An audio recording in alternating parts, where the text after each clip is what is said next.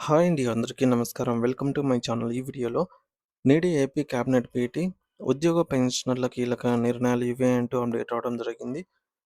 So, దీనికి సంబంధించిన పూర్తి వివరాలు ఈ వీడియోలో తెలుసుకుందాము. వీడియో అయితే ఎక్కడే గాని స్కిప్ చేయకుండా ఎండ్ వరకు చూసేయండి. అప్పుడే ఇన్ఫర్మేషన్ పూర్తిగా అర్థమవుతుంది. అలాగే వీడియో చూస్తున్న ప్రతి ఒక్కరు లైక్ చేయండి ఫ్రెండ్స్. ఈ వీడియోని తోటి ఉద్యోగ పెన్షనర్ మిత్రులతో షేర్ చేయండి. కొత్తగా మన ఛానల్‌ని చూస్తున్న వారైతే సబ్స్క్రైబ్ చేసుకోవడం మర్చిపోకండి. సో ఫ్రెండ్స్, ఆంధ్రప్రదేశ్ రాష్ట్ర ముఖ్యమంత్రి గౌరవనీయులు శ్రీ నారా చంద్రబాబు నాయుడు గారి అధ్యక్షతన ఈరోజు వెలగపూడి సచివాలయంలో రాష్ట్ర మంత్రివర్గ సమావేశం అత్యంత కీలకమైన సమావేశాన్ని అయితే నిర్వహించబోతోంది. రాష్ట్రంలో కూటమి ప్రభుత్వం ఏర్పడిన తర్వాత పాలనను పరుగు పెట్టించే క్రమంలో భాగంగా ఈ భేటీ ఎంతో ప్రాధాన్యతను సంతరించుకుంది. ప్రభుత్వం ఎన్నికల సమయంలో ఇచ్చిన హామీలను ఏ విధంగా అమలు చేయాలి, వాటికి నిధుల సర్దుబాటు ఎలా చేయాలి అనే అంశాలపై ఈ యొక్క సమావేశంలో మంత్రుల మండలి సుదీర్ఘంగా అయితే చర్చించనుంది. ముఖ్యంగా ప్రజలకు నేరుగా లబ్ధి చేకూర్చే పథకాలపైన ప్రభుత్వం ఒక స్పష్టమైన రోడ్ మ్యాప్‌ను సిద్ధం చేస్తోంది అని, అందులో భాగంగా నేటి నిర్ణయాలు అయితే ఉంటాయని రాజకీయ విశ్లేషకులు భావిస్తూ ఉన్నారు. అయితే మరోవైపు రాష్ట్ర వ్యాప్తంగా ఉన్నటువంటి లక్షలాది మంది ప్రభుత్వ ఉద్యోగులు మరియు పెన్షనర్లు ఈ యొక్క కేబినెట్ సమావేశంపై పెట్టుకున్న ఆశలు ఆవిరయ్యేలాగా కనిపిస్తూ ఉన్నాయండి. ఎందుకంటే తమకు రావాల్సిన ఆర్థిక ప్రయోజనాలపై ఈ భేటీలో ఏమైనా సానుకూల నిర్ణయం వస్తుందని వారు ఎంతో ఉత్కంఠతో ఎదురుచూశారు. కానీ ప్రస్తుత సమాచారం ప్రకారంగా ఉద్యోగులకు మరియు పెన్షనర్లకు సంబంధించి అత్యంత ప్రధాన అంశాలేవి కూడా నేటి కేబినెట్ ఎజెండాలో లేకపోవడం తీవ్ర నిరాశకి గురిచేస్తోందని చెప్పాలి. ప్రభుత్వం కేవలం సాధారణ ప్రజల హామీలపైనే దృష్టి పెట్టి తమను విస్మరిస్తోంది అనే ఆవేదన ఉద్యోగ వర్గాల్లో వ్యక్తమవుతోంది.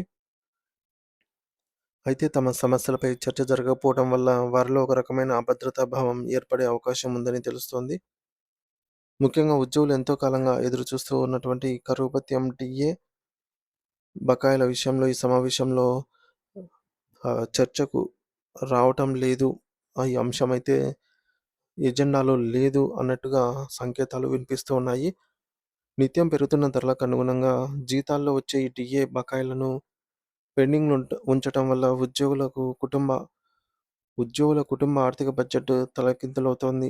అలాగే వృద్ధాప్యంలో తమ అవసరాల కోసం పెన్షన్ పైన ఆధారపడే పెన్షనర్లకు అందాల్సిన వివిధ రకాల ఆర్థిక ప్రయోజనాలపై కూడా స్పష్టత కరువైంది. వీటన్నిటితో పాటుగా ప్రతి 5 ఏళ్లకోసారి జరగాల్సిన వేతన సవరణ కోసం 12 పీఆర్సీ ఏర్పాటు మరియు అది అమల్లోకి వచ్చే వరకు రావాల్సిన మధ్యంతర భృతి ఐఆర్ ప్రకటన వంటి అంశాలు కూడా నేటి చర్చల్లో లేనట్టుగా తెలుస్తోంది. అయితే ఈ కీలక అంశాలను పక్కన పెట్టడం వల్ల ఉద్యోగ సంఘాలు భవిష్యత్ కార్యాచరణపై ఆలోచనలు అయితే పడ్డాయి. మంత్రివర్గ సమావేశం ముగిసిన వెంటనే ముఖ్యమంత్రి నారా చంద్రబాబు నాయుడు గారు తన మంత్రివర్గ సహచరులతో ప్రత్యేకంగా సమావేశం కానున్నారు.